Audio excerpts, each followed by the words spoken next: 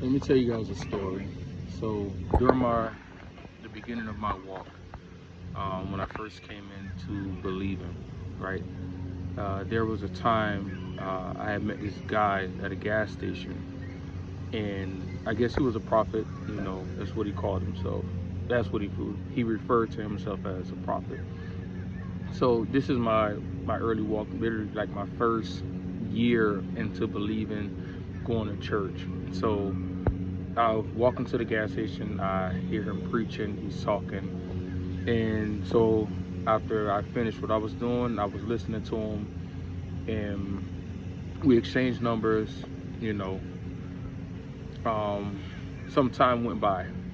He was talking to me, trying to encourage me, trying to help me understand the Bible and, things like that. Things that I didn't know or I didn't understand, things that I weren't yet aware of. So some time goes by, and he tells me some things. I feel like I see them coming to pass. So it's just making me, trust his word and trust what he was saying, even more. So I began to lean more and rely on his word, for what he was saying, because I felt like, hey, like it's coming to pass. Like this has to be someone, from God sent to help me. So after some more time go by, um, he starts asking for money, and mind you, I don't think nothing of it, So I give it to him, what he had asked for, I gave it to him. It didn't bother me at all. Um, I guess in a way for me during that time to, I guess, thank him for what he was doing and how he was helping me spiritually. So,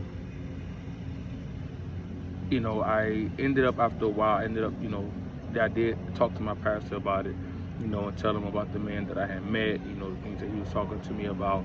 And my pastor didn't say anything about it, So in my head, I'm like, okay, well, I guess there's no red flags going off, so I guess, I'm good to go. So I continued to talk to the man, in the same manner. After some time, he had asked me for, I think it was about $1,300 during the time. And I was going to give it to him, but I was a little hesitant because it was a lot of money, So ultimately, I didn't end up giving him the money when he had asked me for it. So, excuse me. This place I was working at during that time was this place in Miami Beach. I was a line cook there. I had got promoted to a sous chef.